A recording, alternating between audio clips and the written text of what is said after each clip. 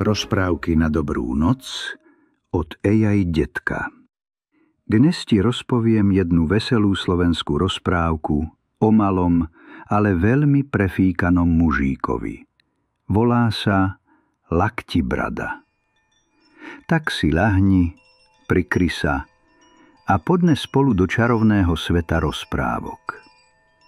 Kde bolo, tam bolo, žila raz jedna chudobná dievčina so svojou macochou. Macocha ju vôbec nemala rada a stále ju posielala do hory, aby jej priniesla to, čo sama chcela.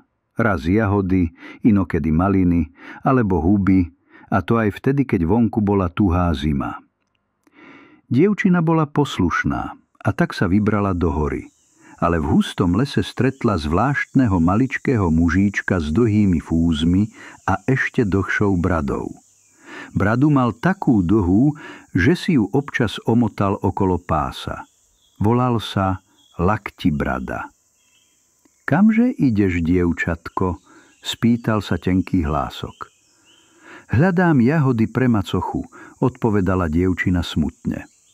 Laktibrada sa zachychotal. Jahody? V takej zime? Ale dievčina bola láskavá a ochotná.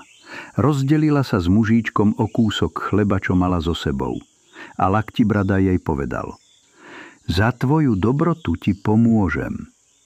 Mávnutím malej ruky sa pred dievčinou objavil krík plný červených jahôd, ako by bol plný leta. Dievčina sa potešila, nazbierala jahody a odnesla ich domov. Na druhý deň macocha poslala dievča znovu, tentoraz po maliny. A zasa bol mráz, že až vietor pískal. Dievčina blúdila lesom, kým znovu nestretla Laktibradu. Ten sa oprel o svoju bradu a znovu sa spýtal: A čo hľadáš teraz? Maliny, odvetila.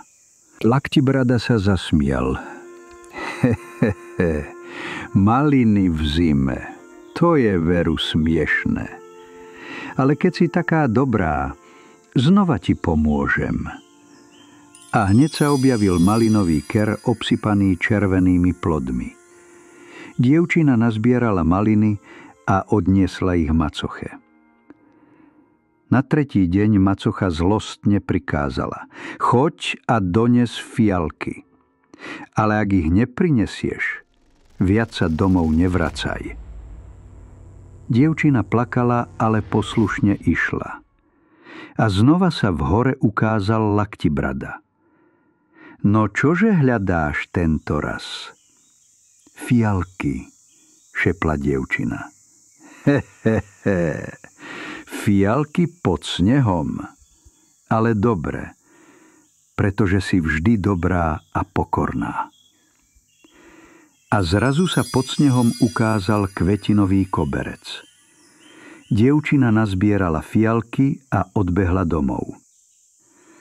Ale macocha a jej vlastná dcéra chceli vedieť, ako je možné, že dievčina vždy donesie to, čo nemožno nájsť. A tak sa dcéra macochy sama vybrala do hory. Lenže ona nebola ani láskavá, ani dobrá. Keď stretla Laktibradu, vôbec ho nepozdravila, nedala mu ani kúsok chleba, arogantne od neho chcela maliny a kvety.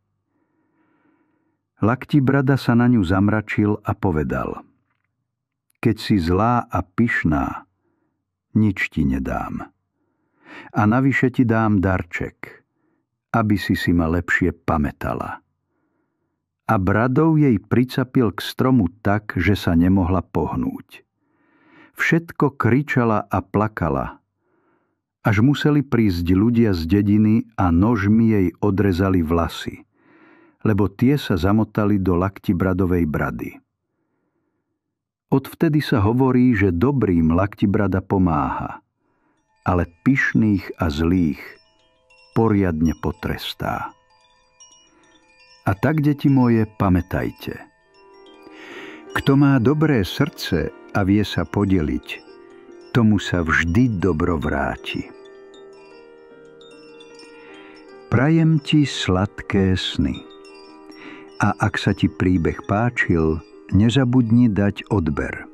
A napíš do komentára, akú rozprávku by si chcel počuť na budúce.